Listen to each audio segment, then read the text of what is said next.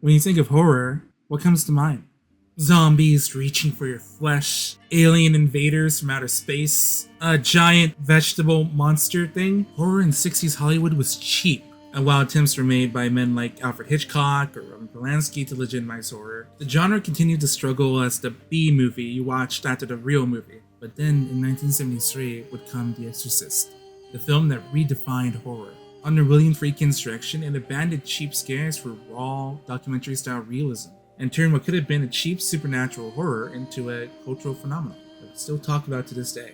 William Friedkin was the last director offered The Exorcist. At the time, he wasn't known for horror. He had built his reputation through documentary-style filmmaking that emphasized authentic performances and raw, unfiltered action. This approach, which worked brilliantly in The French Connection, seemed like an unlikely fit for a supernatural horror. But in practice, it gave The Exorcist a unique, cynical realism that set it apart from the other horror films at the time. Like The French Connection, The Exorcist is less about traditional cinematic horror and more about achieving Friedkin's idea of spontaneity. As Friedkin put it in an interview, I constantly try to achieve as much spontaneity as possible.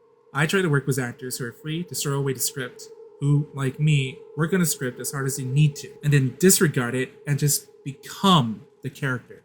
Friedkin's desire for genuine reactions pushed actors to their limits, sometimes unethically.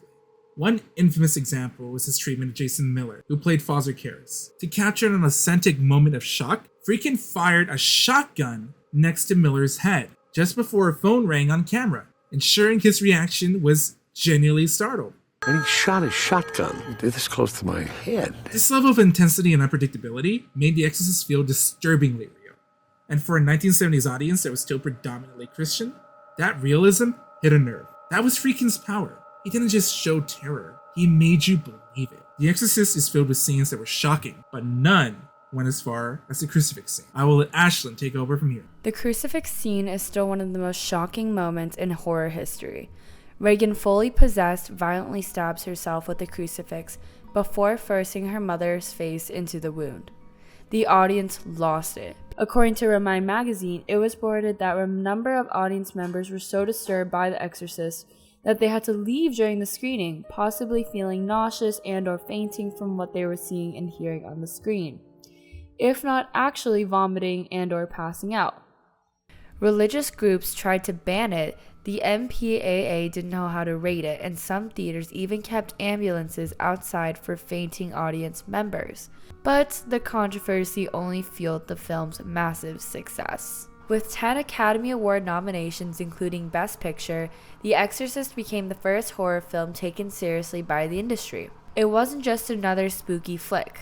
It was prestige horror. And without The Exorcist, we might not have gotten the golden age of horror that followed Halloween, The Shining, and Hereditary. It set the standard for what horror could be: intelligent, terrifying, and socially relevant. Even after half a century, The Exorcist remains the scariest movie of all time because of the way Ellen Burstyn portrayed a mother's helplessness.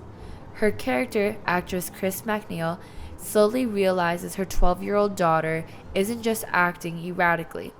She may well be possessed by the devil. According to Rolling Stone, the priests feel just as helpless no matter how many times they repeat, "The power of Christ compels you," and the bridge they build between belief and disbelief functions, as well as any of the picture's special effects, in making William Friedkin's horror film an enduring, matchless classic. But it wasn't just a critical success. It became one of the most parodied horror films of all time. The infamous head-spinning scene, the vomiting, the dramatic exorcism. If a film features an exorcism, it's borrowing from The Exorcist. Even The Simpsons, never once to pass up a horror reference, have had their fair share of exorcist moments. The film's imagery is so ingrained in pop culture that even people who haven't seen it know the references. According to Cracked, something so horrifying has become among the most parodied moments in all of cinema. Who knew Reagan's terrible transformation could have ended up being so funny? Fuck this. Beyond the jokes and spoofs, The Exorcist shaped modern horror. Filmmakers like James Wan, who created The Conjuring and Insidious, even in video games, The Exorcist left its mark.